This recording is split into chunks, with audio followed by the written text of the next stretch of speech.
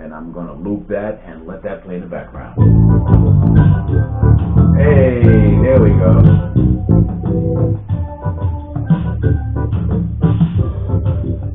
All right.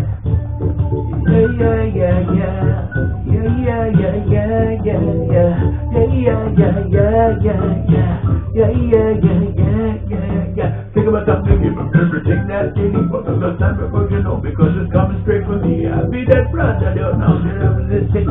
Understand because you know, me love to rap and sing. We're gonna do what we do, we're gonna do it for real. Check it out because you know, I'm gonna be hard as steel. Like the muscle in the muscle that you know, me every guy. Understand because you know, me want to rock a lot. We're gonna chill for real, make everybody happy. Understand when it comes to getting busy, make it snappy. Gonna do what we do, they're gonna do it for real. Understand because you know, we're gonna be hard as steel. Like the Superman flying upon the sky is me.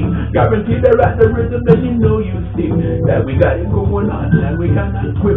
Guarantee they're at the rhythm because we mastered this. Hey, that's my attempt at reggae, folks.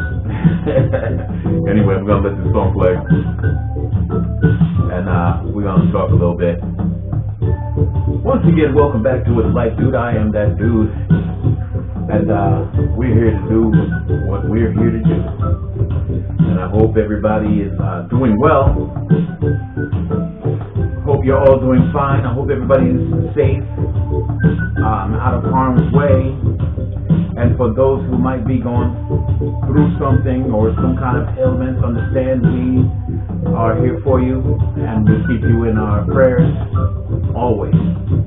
I hate to see anybody suffer, you know, and I wish you the best, and that's for real. To my people in the Philippines, to my people in Jamaica, to my people in Africa, to my people in the UK, to my people in Canada, to my people in Washington State, Florida, California, Carolina, New York, Virginia, Connecticut, everywhere around the world. Thank you for joining us. And for those who are coming across this channel for the first time, consider liking, subscribing, leaving comments. Oh, definitely leave the comments. I need comments, people. I need you to tell me what you think. I need you to talk to me and leave me some messages on how we can progress and be better. You know, what you think I can do. Right now, what you're getting is the raw and uncut dude. That's what you get. Okay? So, today, I was watching some MMA.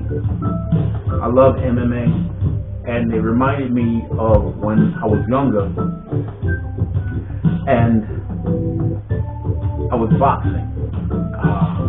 I went to a boxing school for a little while, and I had a trainer. His name was Ray. Ray was so cool. Heavy set dude. Used to get on my nerves because I had, you know, when I was coming up, 13, 14, 15, I had not one paper route, 3 paper routes. Well, I think it was my second year of my paper route that I decided that I wanted to go to this boxing school. So, you know, my mom was like, she was okay with it, so she signed the papers and everything, and Ray used to meet me outside in the morning. So it was me and my dog. Sometimes it was my bike. If Ray came, it wasn't my bike, because what he would do was be in his car driving as I would do my paper route, and told me to start jogging in place or jog slow with the sack of papers on me. If it was the weekend, he didn't care. The thing about the weekends with newspapers, that any person who knows anything about delivering newspapers know that Sunday paper,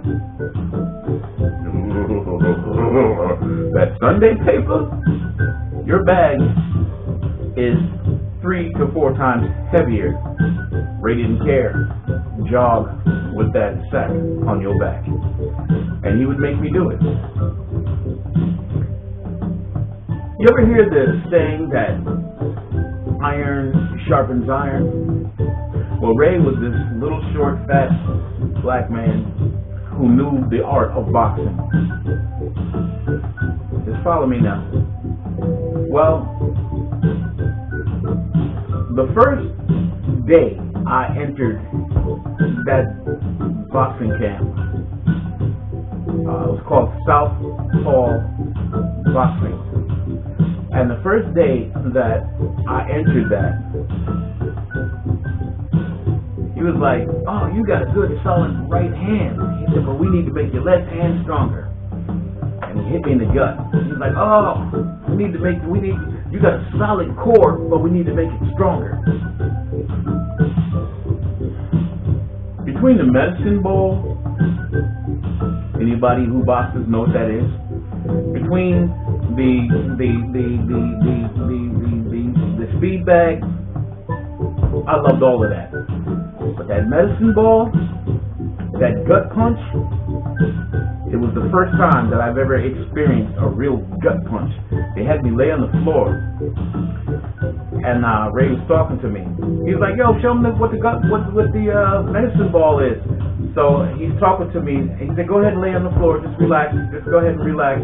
And the dude came up and he just dropped the ball on me as Ray was talking to me, and I was not ready for it. First lesson I've ever learned: always protect yourself. Point one. And tighten up, tighten up, tighten up. And he was telling me to tighten up my core. Mind you, I used to walk on my hands up and down stairs, so I thought my core was solid. Nope. You get a medicine ball dropped on you, that hurts. I mean, it really hurts. It really hurts. And that first time that it hit me, it hurt. Follow me now. So, that next week, this is my second time at Southpaw Boxing. Second time. First time ever sparring with someone ever. I got beat up by a little dude. I was already a small guy, but it was a smaller guy. But he had great hands. And mind you, I'm 13, 14 years old, and I don't really know what to expect. But I appreciate this experience. And just follow me now. And what I learned was, it doesn't matter how big or small a person is, you can get your butt whooped by anybody. Alright? My stepdad taught me how to street fight. But boxing is an art. You have to be strategic, and you have to hold your temper. I had a temper. I wanted to beat this kid. I was like, if you come outside, this is my first time now. I'm like, if you come outside, I was telling him all the stuff I was going to do to him. Ray was like, okay, it's good that you got that passion, but we need you to take that passion and focus it elsewhere. He said, this guy's been here for 4 years. This is your first day. He said the reason that he got you the way he got you is because you're inexperienced in the art form of boxing. Follow me now. And it's a fact. So the whole time I'm learning the speed bag, the medicine bag, the medicine ball, the punching bag. I'm learning to get my breath right with the jump roping and raise with the car every single time I was delivering newspaper. He's coming early in the morning. I'm like, what? Does he not have something better to do? I hated him for that. I used to like my quiet time with my dog in the morning, riding my bike, delivering the newspapers. That was special to me. Well, that got ruined. But I ended up appreciating what he was doing, because after a while, I started jogging on my own with that bag. Okay? After a few weeks, he didn't need to come by. I was doing it by myself. And I think maybe he was watching me. I don't know. But I thought he was. Even if he wasn't, I ended up enjoying that. To the point so much In my later years, I used to take a giant, I can't say giant, but it was like an army bag, a duffel bag, that green army bag that you get from Army surplus. And I got it because my stepdad, he was in the Army, and he worked at this place. It was like an arsenal, but it was a military base, and he worked there. And they build torrents and guns for big ships. And this is upstate New York. And he would get these bags, and he gave me one because I was getting ready to head off to school. I was going to go away to school, and he gave me this big green bag. And he said, anytime when you come home, you need to wash your clothes, just bring the bag home. Well, I kept that bag forever. Matter of fact, I got a couple of them here because, I like them so much. But anyway, I put that bag, and it had two straps, and I used to either ride my bike. This was years later after boxing with Ray. I would ride my bike or jog with that bag on me and go to the laundromat that was right by my job. And it was like 6 miles I used to jog with that bag, literally. I mean, literally. And then when I say it was 6 miles, it was 6 miles. I'm not kidding. So let's get back to Ray. So with the boxing, I learned something. I learned a lot of different things. It wasn't just about boxing strategy. It became something that I was able to apply to my life. These days, kids don't have the kind of outlets that we have, coming up. Especially young men.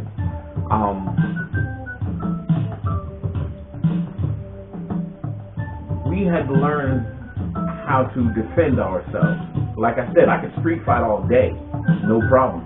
Very good at it. Very good at it. I hated fighting, but one of the reasons why it was my uncle who talked me into going to the boxing place. And one of the reasons why I did, because I knew I was going to learn something, and I did. I didn't box long. I didn't box long at all. But I boxed enough to learn some stuff. And what I did learn, I was able to apply to my regular life. One thing,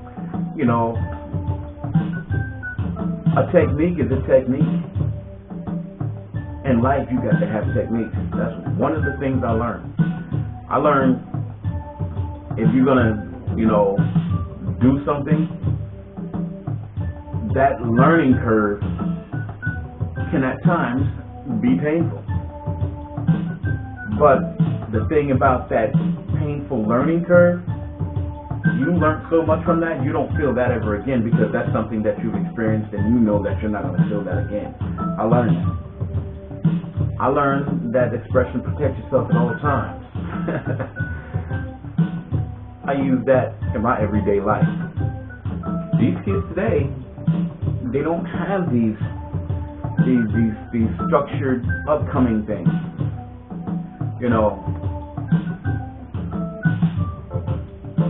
Yes, there's boxing schools out there. Yes, there's sports out there. But all of that stuff is not the same, because it's being dumbed down. It's being stricken. The rules are being changed to soften everything up. Back in the days when I was coming up, when you took blows, period. Whether you got your butt spanked by your parents, you got your butt spanked by your parents. I didn't get many butt spankings, no. But I got enough to learn that I'm not going to be in that situation a whole lot, because I wasn't with that. But I did learn a lot. Now with that boxing structure that taught me so many things. Like I said, I was watching MMA today, and I love MMA. And as I was watching it, it just reminded me of all the things that, it was like a flood that came back to my psyche, and I was like, that was so cool. I appreciate all the people that taught me these life-changing and it helped me all through my life. It didn't just change me as a kid. It built me. You know, Ray was a cool dude. You know, at first I couldn't stand him because I'm like, why are you making me run? I'm already riding my bike. I'm already healthy. Yeah, I was in shape. I was a tough kid.